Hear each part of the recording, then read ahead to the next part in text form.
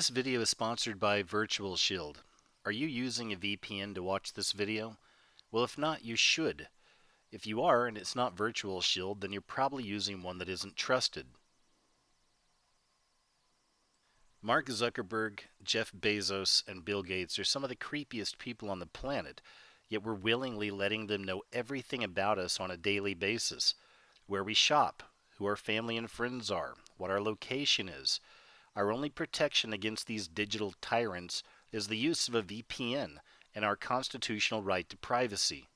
Our only protection against these digital tyrants is the use of a VPN and our constitutional right to privacy.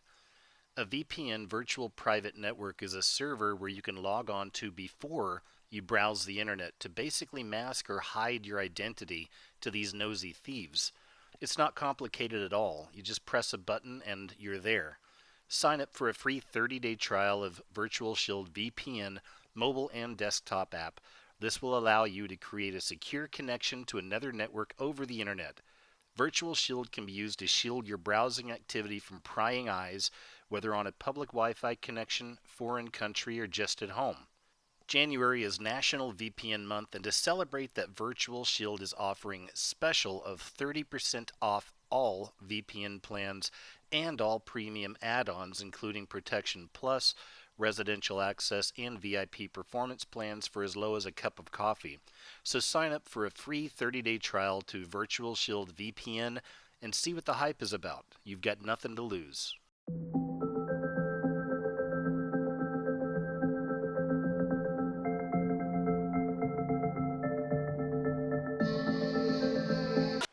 Hey guys, it's KJ from the Scariest Movie Ever channel on YouTube. I believe that we have been groomed for the last several years for this, that all of us are being prepared for some kind of contact.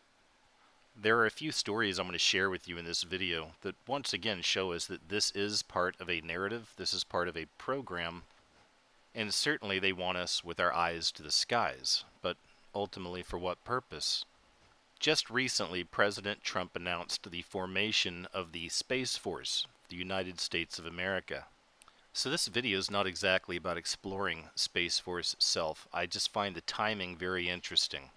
And once I show you these recent stories that have just come out, I think you'll find the timing of Space Force very interesting as well. But before I show you these most recent stories, it's important we go back just a few years and take a look at this, because it's going to connect with what I want to show you. Researchers call for anyone who has seen aliens, elves, and other, quote, entities after using hallucinogen DMT to participate in study. The use of the powerful, fast-acting psychedelic DMT generates reports of encounters with strange entities on a regular basis. DMT's been around for a long time, although it's never been as popular, and encounters with extra-dimensional creatures may be a part of the reason why. Back in the 1970s, it was known as the businessman's trip because you could take it at the beginning of the lunch hour and be back to normal before it was time to go back to work. And when smoked, the psychedelic effects begin almost immediately and fade away within half an hour. It's also the active psychoactive ingredient in ayahuasca, the mind-melting tea concocted by Amazonian shamans and venerated by the Union of the Vegetable, a Brazilian church with some 15,000 adherents. In an article in Psychology Today, Scott McGreal zeroed in on DMT's remarkable ability to allow its users to, quote, encounter non-human intelligence, often resembling aliens, unquote.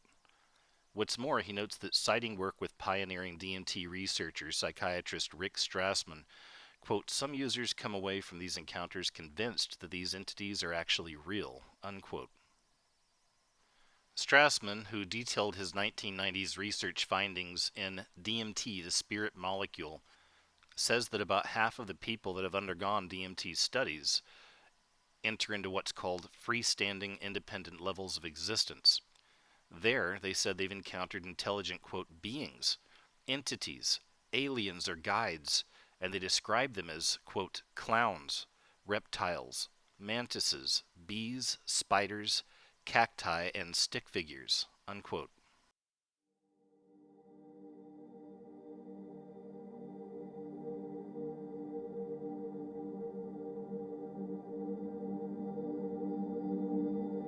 The shape-shifting clown creature from the It movies is a prime example of this.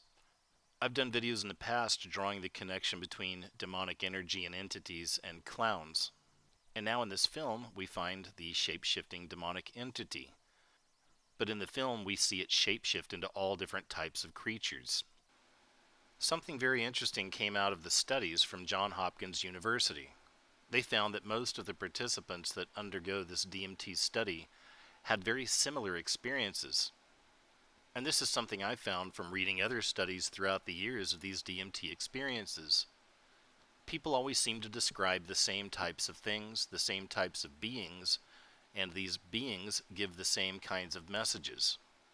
Here's an example of one person's experience. She describes, "I was in a large space and saw what seemed to be thousands of entities. They were rapidly passing something to and fro among themselves and were looking intently at me as if to say, 'See what we're doing?' I noticed what seemed to be an opening into a large space, like looking through a cave opening to a starry sky. As I approached this, I saw the resting in the opening was a large creature with many arms, somewhat like an octopus, and all over the arms were eyes, mostly closed, as if the creature were asleep or slumbering. As I approached it, the eyes opened, and they became aware of me. It did not seem especially well disposed towards me, as if it did not wish to be bothered by a mere human, and I had the impression I wasn't going to get past it, so I didn't try. I also saw the, quote, elves. I saw them as multi-dimensional creatures formed by strands of visible language. They were more creaturely than I had ever seen them before. They were dancing in and out of the multi-dimensional visible language matrix, waving their arms and limbs, hands and fingers, and smiling and laughing. The elves were telling me, or as I was understanding them to say, that they had seen me before and had been with me ever since early childhood." That right there is an example of a very common experience I've seen in reading about other people's DMT experiences. Many times these beings, these creatures, are telling the individual that they've been with them all along and they've been with them since childhood. And as mentioned earlier, people experience these creatures, these beings, as different forms and different shapes. Once again, this goes back to the shape-shifting demonic interdimensional beings. It's also interesting that from this lady's experience on DMT, she describes seeing a creature that sounds a lot like Cthulhu. So alien means, different. These things that we're building are not going to be people. They might be really smart, they might be really good at all sorts of different things, but they're not going to be like us. They're going to be aliens. And they're going to be, I'm sorry to say, way smarter than every single person in this room, in ways that we can't even comprehend. So this, of course, triggers a lot of alarm. One of the guys who talks about this is Elon, who says things like this, like, when you do this, beware. Because you think, just like the guy in the stories, that when you do this, you're going to put that little guy in a pentagram, and you're going to have your holy water out, and you're going to wave it at the thing, and by God, it's going to do exactly what you say and not one thing more, but it never works out that way. So this is an attitude that some are having, this emerging alarmism about the way this is going to go. But these words, demons, doesn't capture the essence of what's happening here. I don't know if any of you are turn-of-the-century weird fiction fans, but there's this guy named H.P. Lovecraft, who's a very famous American weird fiction author. And he espoused a view which is called cosmicism. And the essence of cosmicism is cosmic indifference. So what he was saying is basically, yes, there are these massively intelligent entities out there, but they're not good, they're not evil. They just don't give a shit about you even in the slightest. The same way that you don't care about an ant is the same way they're not going to care about you. And these things that we're summoning into the world now are not demons, they're not evil, but they're more like the Lovecraftian great old ones. There are entities that are not necessarily going to be aligned with what we want. So this transition is really, really massively important for our entire species to navigate. And going back to that thing that Sam Harris was saying, nobody is paying attention. This thing is happening in the background. While people bicker about politics and what's going to be in the healthcare plan in the US, and underneath it all is this rising tsunami that, if we're not careful, is going to wipe us all out. So here's one of the other stories I wanted to share with you, and this just came to us in December of 2019. So it's about a month ago or so. When a quantum physicist confesses to having met aliens. Before we get into this man's experience, I think it's really important to remember this. For decades, we've been told that these aliens are from other planets, and they're benign. They're our friends. They're just here to keep an eye on us and help out humanity. If that was true, why is it that millions of people around the world who've had these experiences for many, many years always describe them as terrifying, horrific, scary? I've covered this idea in many videos in the past, but it's important to keep that in mind. All of this is a deception. These are deceivers, deceiving spirits. And their message never seems to line up with their actions. Deep Prasad is a quantum physicist from the University of Toronto, and he's the CEO of Reactive Q. Recently, he wrote about his remarkable encounter with extraterrestrial beings and explained he was in telepathic contact with these entities.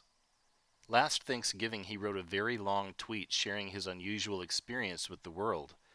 This encounter had occurred on February 1st. He writes the following: "It's Thanksgiving, and this is going to be a rather complicated post. It's also objectively not a good idea for me to write it, given every scientist has a target on their back in the UFO community, and given that I am also a tech CEO.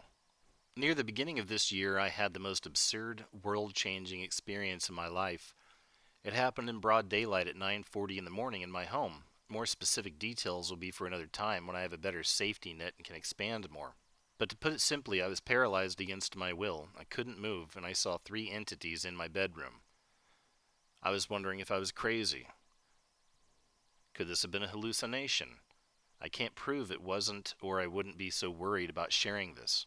These entities projected hundreds of thousands of sentences and paragraphs in a language that looked like a marriage of Japanese and Egyptian hieroglyphs. I was terrified that I could barely move and was in complete disbelief of what was happening.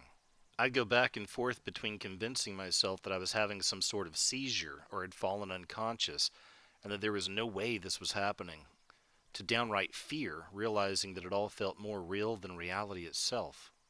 I was scared that I couldn't move and was not in control of the situation, yet could think perfectly straight. My mind was racing. These things are really real? Is this really happening right now? Are my family and friends ready for this if it ever happens to them? Are they going to kill me? How do I convey that I don't want to die and that I'm not a threat? At the same time, I was trying to make sense of the symbols. It was incredibly frustrating that I couldn't understand or translate them. The sentences and paragraphs would keep flipping rapidly, and the only English word I saw multiple times was the word DNA. This means that whoever or whatever was doing this, even if it's in my brain, clearly understood English, but was choosing not to use it for everything. The image of my room would disappear when I raised my head a little, but it was hard to do that, and I would feel extremely nauseous. When it disappeared, I realized I was no longer in my room, but somewhere else. When I would put my head back down, the image of my room would come back on again, and the symbols were back on again. I decided to stop fighting what was happening, and for some reason no longer felt fear, but total fascination. The fear feeling would come back every now and then, but by this point I was astutely observing everything that was going on. The color of their suits, their size, their mannerisms, the feeling that my mood was being rapidly cycled, and more. After a certain point, one of them jumped on top of me and slowly walked towards my head. Right before it did this, it was on the ground near my TV and displaying these beautiful golden holograms in the middle of its suit. These golden sparkles would jump around it too. When I saw this, I immediately rolled my eyes and said, "This is a effing joke. What is wrong with me? What are these things?" Because I assure you they did not look like what you expect of a, quote, E.T. These things seemed etheric in nature, very hard to describe. Once it was on me, it walked towards me so slowly and cautiously that I felt I was being treated like an animal. I felt this weird light hitting the top of my head, and suddenly I got hit with the most blissful, euphoric feeling I have ever felt. I'll try my best to describe it. It felt like the universe was sentient and aware of my existence. The feeling was of warmth and nostalgia. It was like a reminder that space is teeming with life and that we're all related to each other by virtue of existing. I used the word oneness, which meant nothing to me before. After a few minutes of this experience, I got knocked out and I lost consciousness. Then I woke up instantly. Not a minute had gone by since the experience started. I was heaving and looking around, completely shocked at what just happened. I could not believe that no time had passed. I still didn't think what had happened could be authentic, but I questioned it less today than I did when it first happened. This has all happened around an interesting time in my life. I had spent roughly 3 months in ufology, which is why I doubted the experience I was having.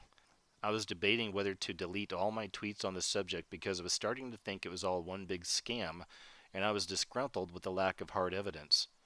This pushed me over the edge and made me double down on my obsession. I decided I needed to find more people who had these experiences. So I got in contact with the Toronto CE5 group. I booked a ticket to the SCU conference and would meet Hal and Lou Elizondo the next month. I needed to know. I needed to know who these people were, what was going on, and if I had officially gone crazy.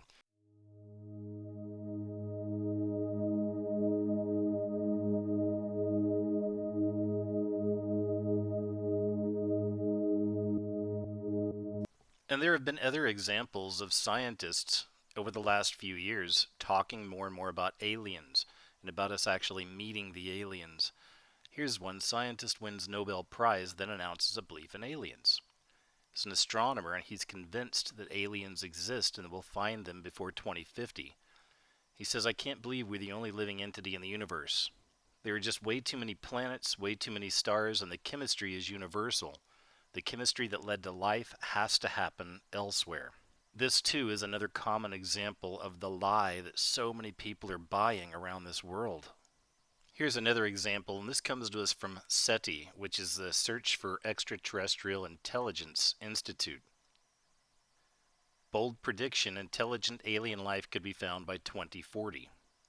And here's another example: humans will hear from intelligent aliens this century, physicist says.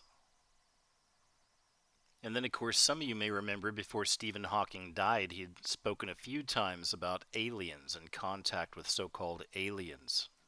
So before we get to the next story that I wanted to share with you guys, I want to show you this first. We're actually on the FBI's website here. And what you're looking at here is a lot of information about UFOs and more specifically, interdimensional beings. What you're looking at here is lots of information on not just UFOs, but also on interdimensional beings that have been coming into our existence for many years. Here's just one of the documents I wanted to share, and I thought this is really interesting. Look up at the top of the red box, and it describes these spaceships as flying rolls. For years on this channel, I've been showing you guys examples of this exact same thing. The flying roll, or the flying scroll, or sometimes described as a cigar-shaped UFO.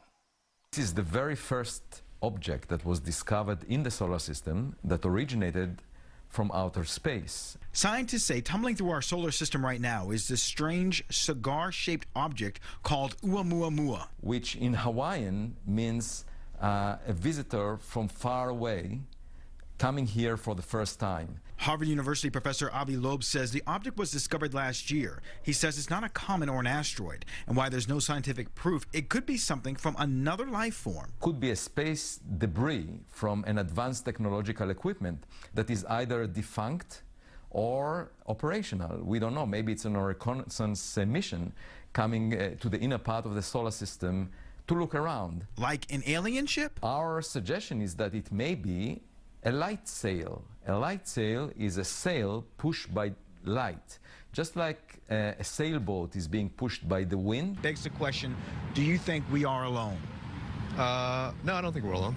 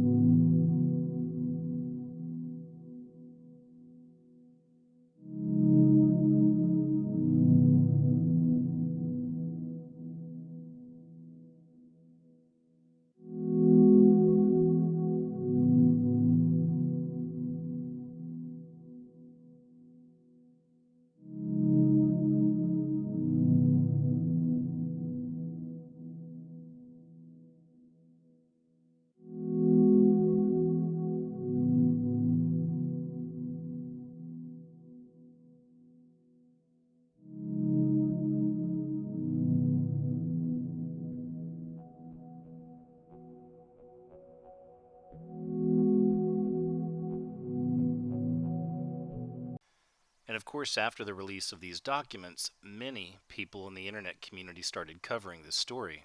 According to the released documents from the FBI archives, these so-called interdimensional entities have been visiting us for a long time and have taken precautions not to be seen in our visual spectrum, and the only way they were detected in the first place is through infrared cameras. The most curious thing about the FBI documents being dumped is the fact that the FBI released them at all.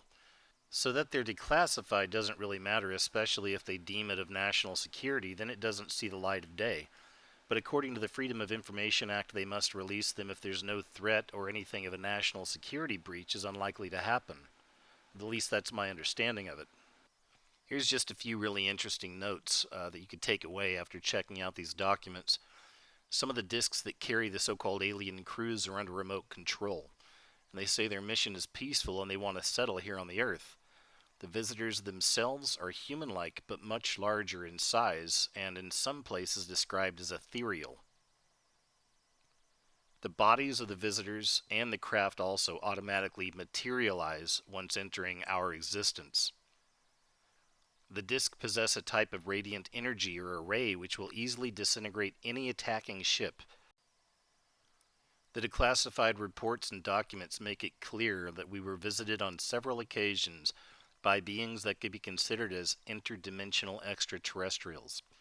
According to the report, some beings entered from an, quote, ethereal plane that coexists within our universe.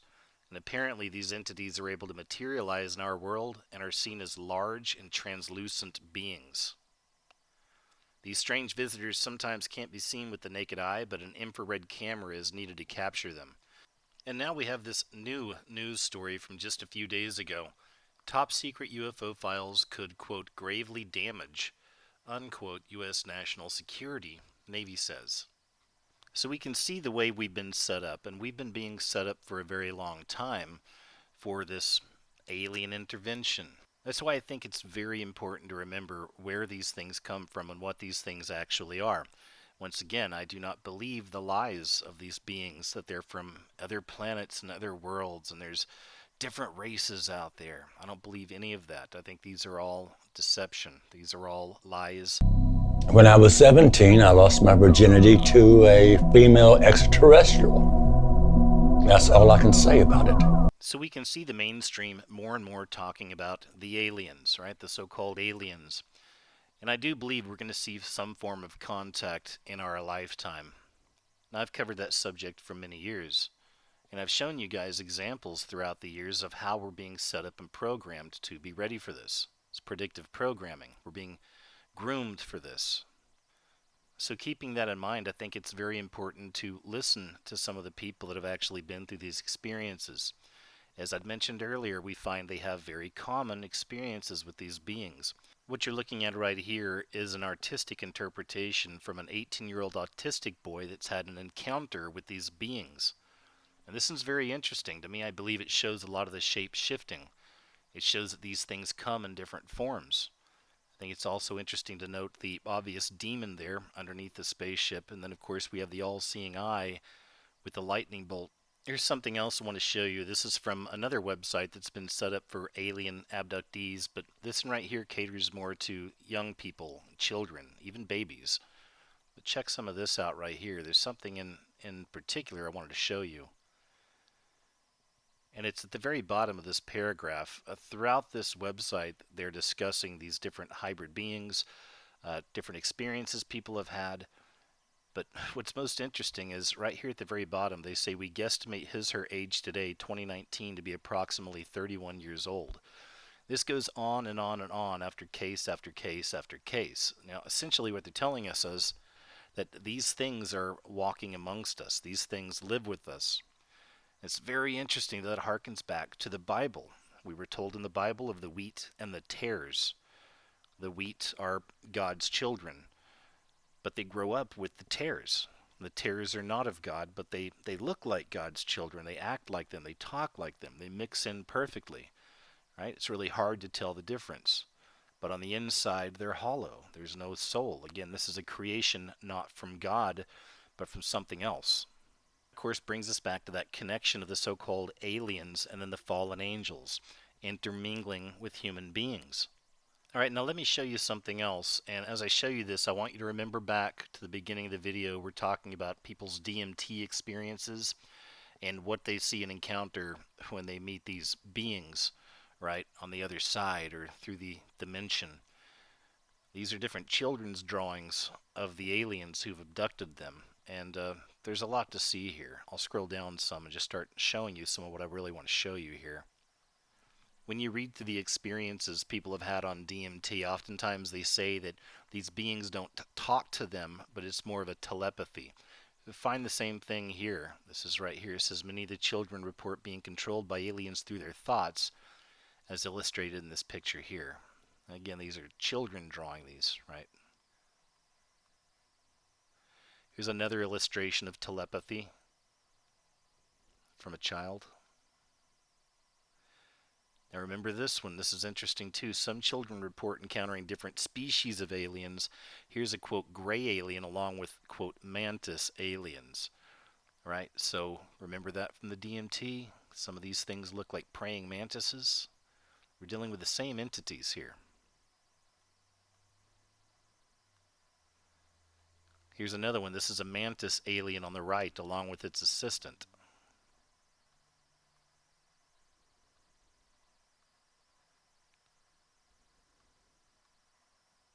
And then, of course, we have this. This also goes back to the DMT experiences. Aside from the gray and the mantis species, some children report encountering reptilian aliens during their abductions.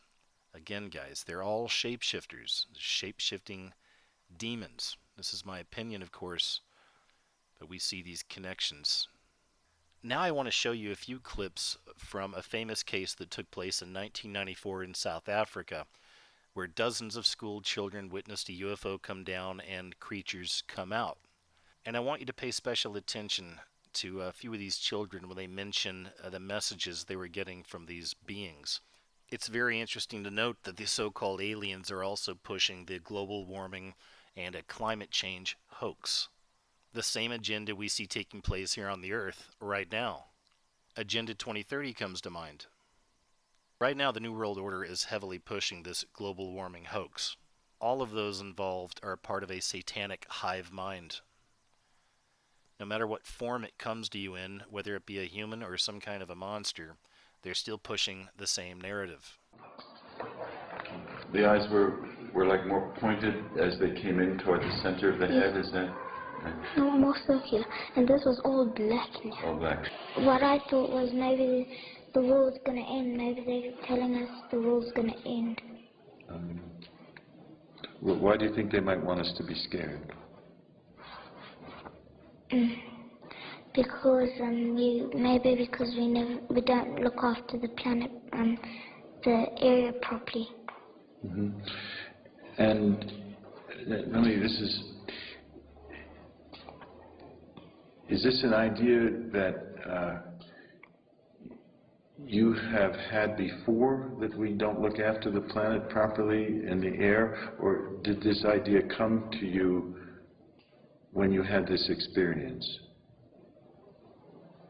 When I had this experience. And did the man say those things to you? How did he get that across to you? Well, he never said anything.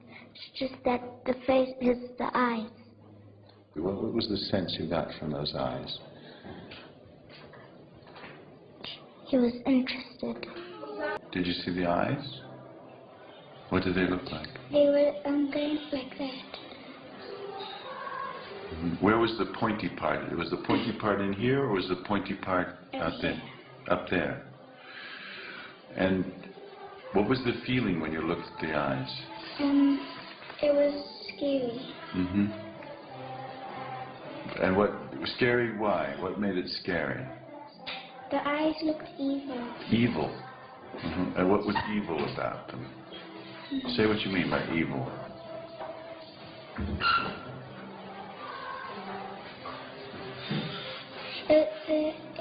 It looked evil because it was just staring at me. With what? Staring at you as if what? As if to do what? As if it wanted to come and take us. As if it wanted to come and take you. That was the feeling you got? That it wanted you to go with it? Did you feel like you wanted to go with it? No. Oh, there's a UFO, she said. And I looked at it and she said, no, just kidding, it's an airplane. And we looked up and I thought to myself, that can't be an airplane because it was very shiny. It looked kind of like a cigarette, you know. It was a long thing and then on the end it was all shiny. And so I said, maybe it is a UFO. As the chaos grows, I believe humanity is more and more prepared for these so-called space saviors. But as I've shown you here in this video, I believe that these are demonic, interdimensional beings. Perhaps even the fallen angels themselves at times. The last 2 years alone have been huge for so-called UFO disclosure. More and more we're seeing the mainstream tackle these subjects. And I believe that we're being prepared for actual contact. And once again, I'll reiterate, it's very important to remember that when this happens, these are not our friends. They're not here to save us. Again, I believe it's all part of the same satanic hive mind. No need to live in fear, but we do need to keep our eyes open and stay aware and awake of all things that are happening out there right now. So until next time, take care of yourself, and I'll talk to you a little later.